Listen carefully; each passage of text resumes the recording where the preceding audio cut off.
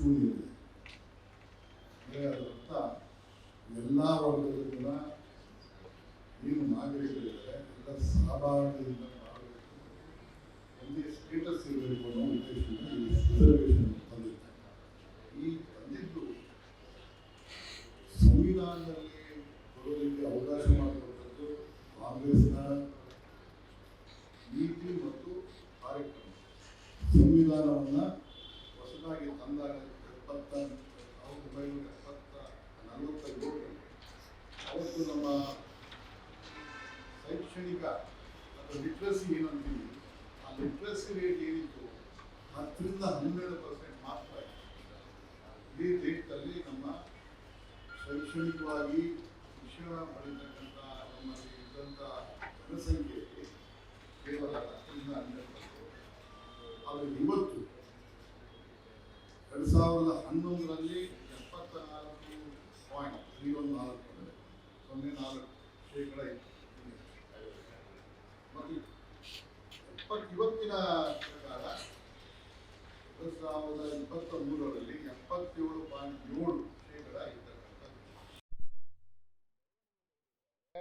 ಮೀಸಲಾತಿ ನಾವು ಶೈಕ್ಷಣಿಕವಾಗೂ ಕೊಟ್ಟಿದ್ದು ಮತ್ತು ಉದ್ಯೋಗದಲ್ಲೂ ಕೊಟ್ಟಿರ್ತಕ್ಕಂಥದ್ದು ಇವತ್ತು ಈ ಪ್ರಮಾಣದಲ್ಲಿ ಕೇವಲ 60-65 ವರ್ಷಗಳಲ್ಲಿ ಈ ಸಂಖ್ಯೆ ನಾವು ಇಷ್ಟು ಮಟ್ಟಿಗೆ ಪ್ರಗತಿಯನ್ನು ನಾವು ಮಾಡಿದ್ದೇವೆ ಅಂದರೆ ಅದು ಕಾಂಗ್ರೆಸ್ ಸರ್ಕಾರ ಮಾಡಿರ್ತಕ್ಕಂಥದ್ದು. ಬಾಬಾ ಸಾಹೇಬ್ ಅಂಬೇಡ್ಕರ್ ಅವರು ತಂದಂಥ ಸಂವಿಧಾನದಲ್ಲಿ ಈ ಒಂದು ಮೀಸಲಾತಿ ಪರಿಷ್ಠ ಜಾತಿ ಪಂಗಡಗಳು ಮತ್ತು ಹಿಂದುಳಿದ ವರ್ಗಗಳಿಗೆ ಕೊಟ್ಟಿರ್ತಕ್ಕಂಥದ್ದು ಅವತ್ತಿನಿಂದ ಇರ್ತಕ್ಕಂಥ ವಿಷಯ. ರಾಜೀವ್ ಗಾಂಧಿ ಬಂದ ಮೇಲೆ ರಾಜಕೀಯವಾಗೂ ಈ ಒಂದು ಹಿಂದುಳಿದ ವರ್ಗದವರು ಮತ್ತು ಪರಿಷ್ಠ ಜಾತಿಯನ್ನು ಸಂವಿಧಾನದಲ್ಲಿ ಸ್ಥಳೀಯ ಸಂಸ್ಥೆಗಳಲ್ಲಿ ಅವರ ಪಾಲ್ಗೊಳ್ಳುವಿಕೆ ಇರಬೇಕು ಅನ್ನೋದು ಉದ್ದೇಶದಿಂದ 73-74ನೇ ಸಂವಿಧಾನವನ್ನು ಹೊಸದಾಗಿ 1991-92ರಲ್ಲಿ ತಂದಿರತಕ್ಕಂಥದ್ದು ಇವತ್ತು ಅದು ನಡೀತಾ ಇದೆ. ಆದರೆ ಈ ಮೀಸಲಾತಿ ಸ್ಥಳೀಯ ಸಂಸ್ಥೆಗಳಲ್ಲಿ ಇರಬಾರ್ದು, ಈ ಸ್ಥಳೀಯ ಸಂಸ್ಥೆಗಳಲ್ಲಿ ಈ ಒಂದು ಮೀಸಲಾತಿಯನ್ನು ತೆಗಿಬೇಕು ಅಥವಾ ಕೊಡಬಾರ್ದು. ಮಹಿಳೆಯರಿಗೆ ಕೊಟ್ಟಿರ್ತಕ್ಕಂಥ 33% ಅವತ್ತು, ಇವತ್ತು 50% ಅದೇ ಕಾಂಗ್ರೆಸ್ ಸರ್ಕಾರನೇ ಮಾಡಿರ್ತಕ್ಕಂಥದ್ದು. ಇದರ ವಿರುದ್ಧ ಮಹಿಳೆಯರಿಗೆ ಕೊಡಬಾರ್ದು, ಹಿಂದುಳಿದವರಿಗೆ ಕೊಡಬಾರ್ದು, ಪರಿಷ್ಠ ಜಾತಿ ಮತ್ತು ಪಂಗಡದವರಿಗೆ ಕೊಡಬಾರ್ದು ಅಂತ ಬಿಜೆಪಿ ಉಪಾಧ್ಯಕ್ಷರು ಆಗಿದ್ದಂಥ ಜಸ್ಟಿಸ್ ರಾಮಾ ಜೋಯಿಸ್ ಅವರು ಸುಪ್ರೀಂ ಕೋರ್ಟಲ್ಲಿ ದಾವೆಯನ್ನು ಹಾಕ್ತಾರೆ. ಅವತ್ತು ಯಾರಾದರೂ ಒಬ್ಬರು ಬಿಜೆಪಿಯವರು ಅವ್ರ ವಿರುದ್ಧವಾಗಿ ಮಾತನಾಡ್ತಕ್ಕಂಥದ್ದು ಏನಾದರೂ ಮಾಡಿದ್ರಾ? ಈ ಮೀಸಲಾತಿಯನ್ನು ಅವತ್ತು ಕಾಂಗ್ರೆಸ್ ಸರ್ಕಾರ ಕೇಂದ್ರದಲ್ಲಿ ಇದ್ದಿದ್ದರಿಂದ ಅವತ್ತು ಯಾವುದೇ ಒಂದು ಕ್ರಮವನ್ನು ತಗೊಳಕ್ಕಾಗದೆ ಇದನ್ನು ಮುಂದುವರಿಸ್ತಿದ್ರು. ನನಗನ್ಸುತ್ತೆ ರಾಮಾ ಜೋಯಿಸ್ ಏನಾದರೂ ಇವತ್ತು ಸುಪ್ರೀಂ ಕೋರ್ಟ್ಗೆ ದಾವಾ ಹಾಕಿದರೆ ಇದೇ ಮೋದಿಯವರು ಎಲ್ಲ ಮೀಸಲಾತಿನ ತರೋದಕ್ಕೆ ಅವರ ಅಡ್ವೊಕೇಟ್ ಸಾಲಿಸಿಟರ್ ಜನರಲ್ಗೆ ಹೇಳಿ ಮಾಡಿಸ್ತಾ ಇದ್ರು. ಇದು ಬಹಳ ಪ್ರಮುಖವಾದಂಥ ಒಂದು ಅಂಶ. ರಾಜಕೀಯವಾಗಿ ಇವತ್ತು ಯಾವ್ಯಾವ ಒಂದು ಜಾತಿಗಳು ಅಧಿಕಾರ ನೋಡದೇ ಇರ್ತಕ್ಕಂಥವ್ರು ಇವತ್ತು ಗ್ರಾಮ ಪಂಚಾಯಿತಿಯಲ್ಲಿ, ಜಿಲ್ಲಾ ಪಂಚಾಯಿತಿಯಲ್ಲಿ, ತಾಲೂಕ್ ಪಂಚಾಯಿತಿಯಲ್ಲಿ, ನಮ್ಮ ಕಾರ್ಪೊರೇಷನ್ಗಳಲ್ಲಿ ಅಥವಾ ಮುನ್ಸಿಪಾಲಿಟಿಗಳಲ್ಲಿ ಅಧಿಕಾರವನ್ನು ನೋಡ್ತಾ ಇದ್ದಾರೆ. 1993-94ವರೆಗೂ ಕರ್ನಾಟಕದಲ್ಲಿ ಎಷ್ಟೋ ಜಾತಿಗಳು ಈ ಅಧಿಕಾರವನ್ನೇ ನೋಡಿರಲಿಲ್ಲ, ಪಾಲ್ಗೊಳ್ಳುವಿಕೆನೇ ಇರಲಿಲ್ಲ.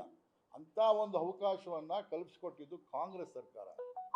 ಅದಕ್ಕೆ 1994ರಲ್ಲಿ ಸಿದ್ದರಾಮಯ್ಯನವರು ಈ ಒಂದು ಮೀಸಲಾತಿಯನ್ನು ತರ್ತಕ್ಕಂಥದ್ರಲ್ಲಿ ಬಹಳ ಪ್ರಮುಖ ಪಾತ್ರವನ್ನು ವಹಿಸಿದ್ರು. ವೀರಪ್ಪ ಮೊಯ್ಲಿಯವರು ಬಹಳ ಪ್ರಮುಖ ಪಾತ್ರವನ್ನು ವಹಿಸಿದ್ರು. ಹಾಗಾಗಿ ಇವತ್ತು ಇದನ್ನು ಗಟ್ಟಿ ಮಾಡ್ತಕ್ಕಂಥದ್ದಾಗಿದೆ. ಆದರೆ ಇವತ್ತು ಈ ಎಲ್ಲ ಮೀಸಲಾತಿಗಳಿಗೆ ತಂದಂಥ ತಿದ್ದುಪಡಿಗಳು ಏನಾದರೂ ಇತ್ತು ಅಂದರೆ ಅದು ಕಾಂಗ್ರೆಸ್ ಸರ್ಕಾರ ಬಂದಿರತಕ್ಕಂಥ ತಿದ್ದುಪಡಿಗಳೇ ಹೊರತು BJP ಇವತ್ತವರೆಗೂ ಯಾವ ತಿದ್ದುಪಡಿನೂ ಮಾಡಿಲ್ಲ.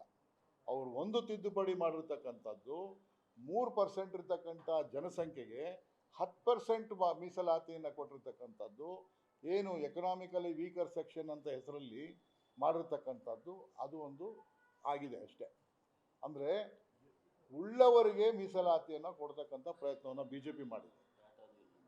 ಹಾಗಾಗಿ ಇವತ್ತು ಏನಾದರೂ ನಾವು ಸಾಮಾಜಿಕ ನ್ಯಾಯವನ್ನು ನೋಡಿ ತಳ ಅಂತಸ್ತಿನಲ್ಲಿರ್ತಕ್ಕಂಥ ಈ ಶೋಷಿತ ವರ್ಗಗಳಿಗೆ ಏನಾದರೂ ಎಜುಕೇಷನಲ್ಲಿರ್ಬೋದು, ಉದ್ಯೋಗದಲ್ಲಿರ್ಬೋದು, ರಾಜಕೀಯದಲ್ಲಿರ್ಬೋದು ಏನಾದರೂ ಮೀಸಲಾತಿಯನ್ನು ಸರಿಯಾದ ರೀತಿಯಲ್ಲಿ ಹಂಚಿರ್ತಕ್ಕಂಥದ್ದು ಈ ಒಂದು 70-75 ವರ್ಷಗಳಿಂದ ಆಗಿದೆ ಅಂತ ಹೇಳಿದ್ರೆ ಅದು ಕೇವಲ ಕಾಂಗ್ರೆಸ್ ಸರ್ಕಾರದಿಂದ ಆಗಿರ್ತಕ್ಕಂಥದ್ದು ಅಂತ ತಮಗೆ ಮನವರಿಕೆ ಮಾಡಿಕೊಡ್ತಾರೆ.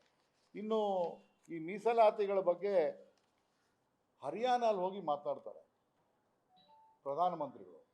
ಕರ್ನಾಟಕ ಜನ ಹರಿಯಾಣದಲ್ಲಿ ಏನು ನಡೀತಾ ಇದೆ ಅಂತ ಗೊತ್ತಿರುತ್ತಾ ನಿಮಗೆ? ನೋಡೋಣ, ಈ ಪತ್ರಕರ್ತರು ಯಾರು ಹೇಳಿ ಅಲ್ಲಿ ಏನು ನಡೀತಾ ಇದೆ, ಏನಾದರೂ ನೀವು ರಿಪೋರ್ಟ್ ಬಂದರೆ ಇಲ್ಲಿ ಬರೀತೀರಿ.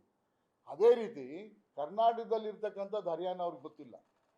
ಯಾವ ರೀತಿ ಈ ಅನ್ಡ್ಯೂ ಅಡ್ವಾಂಟೇಜ್ ತಗೋತಾರೆ ಅಂದರೆ, ಮೀಸಲಾತಿ ಇದು ಈ ಪ್ರೈಮ್ ಮಿನಿಸ್ಟರ್ ಅಥವಾ ಪ್ರಧಾನಮಂತ್ರಿಗಳು ಉತ್ತರದಲ್ಲಿರ್ತಕ್ಕಂಥ ಸಮಸ್ಯೆಗಳನ್ನು, ಇಲ್ಲದೆ ಇರ್ತಕ್ಕಂಥ ಸಮಸ್ಯೆಗಳನ್ನು ದಕ್ಷಿಣದಲ್ಲಿ ಹೇಳೋದು, ದಕ್ಷಿಣದಲ್ಲಿರ್ತಕ್ಕಂಥ ಸಮಸ್ಯೆಗಳನ್ನ ಯಾವುದು ಇಲ್ಲದೆ ಇರ್ತಕ್ಕಂಥದ್ದು ಎತ್ಕೊಳ್ಳೋದು ಉತ್ತರದಲ್ಲಿ ಹೇಳೋದು, ಅಲ್ಲಿ ಜನಗಳಿಗೆ ಒಂದು ಸ್ಪೆಕ್ಯುಲೇಟ್ ಮಾಡ್ತಕ್ಕಂಥದ್ದು, ಅವರ ಒಂದು ವಿಷ ಬೀಜಗಳನ್ನು ಅವ್ರ ತಲೆಯಲ್ಲಿ ಹಾಕ್ತಕ್ಕಂಥದ್ದು. ಸೊ ಇದು ಏನಾಗಿದೆ, ಎಸ್ಪೆಷಲಿ ಸಿದ್ದರಾಮಯ್ಯನವರು ಉತ್ತಮವಾದಂಥ ಆಡಳಿತವನ್ನು ಮಾಡ್ತಾ ಇರ್ತಕ್ಕಂಥದ್ದು ಅವರಿಗೆ ಸಹಿಸೋಕ್ಕಾಗ್ತಾ ಇಲ್ಲ. ಏನಾದರೂ ಮಾಡಿ ಈ ಒಂದು ಸರ್ಕಾರವನ್ನು ಡಿಸೆಬಿಲೈಸ್ ಮಾಡಬೇಕು ಅನ್ನೋ ಉದ್ದೇಶದಿಂದ ಇಲ್ಲ ಸಲ್ಲದ ರೀತಿಯಲ್ಲಿ ಪ್ರಚಾರವನ್ನು ಈ ಸರ್ಕಾರಗಳ ಈ ಒಂದು ಚುನಾವಣೆ ಸಂದರ್ಭಗಳಲ್ಲಿ ಜನಗಳಿಗೆ ಹೇಳ್ತಕ್ಕಂಥ ಸಂದರ್ಭ ಇವತ್ತು ಏರ್ಪಡ್ತಾ ಇದೆ. ಪ್ರಧಾನಿಗಳು ಸುಳ್ಳು ಹೇಳೋದ್ರಲ್ಲಿ ನನಗನ್ಸುತ್ತೆ PhD ತಗೊಳ್ಳೋವಂಥ ಅರ್ಹ ವ್ಯಕ್ತಿ ಅಂತ ನನಗನ್ಸುತ್ತೆ. ಹಾಗಾಗಿ ಇವತ್ತು ಏನು ಈ ಒಂದು ರೀತಿಯಲ್ಲಿ ಅವರು ಪ್ರಚಾರವನ್ನು ಕೊಡ್ತಾ ಇದ್ದಾರೆ, ಈ ಒಂದು ರೀತಿ ಇದು ಖಂಡನೀಯ ಮತ್ತು ಇಂಥ ಒಂದು ಸನ್ನಿವೇಶಗಳಿಗೆ ತರ್ತಕ್ಕಂಥದ್ದು ಸೂಕ್ತವಲ್ಲ.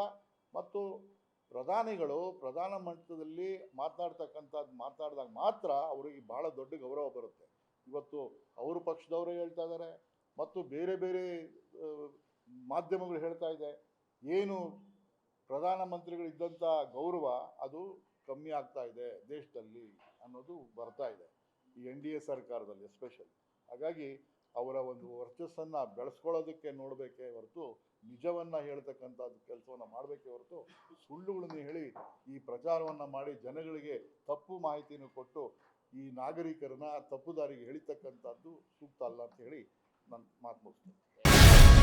ಗ್ಯಾರಂಟಿ ನ್ಯೂಸ್, ಸುದ್ದಿ ಖಚಿತ, ನ್ಯಾಯ ನಿಶ್ಚಿತ.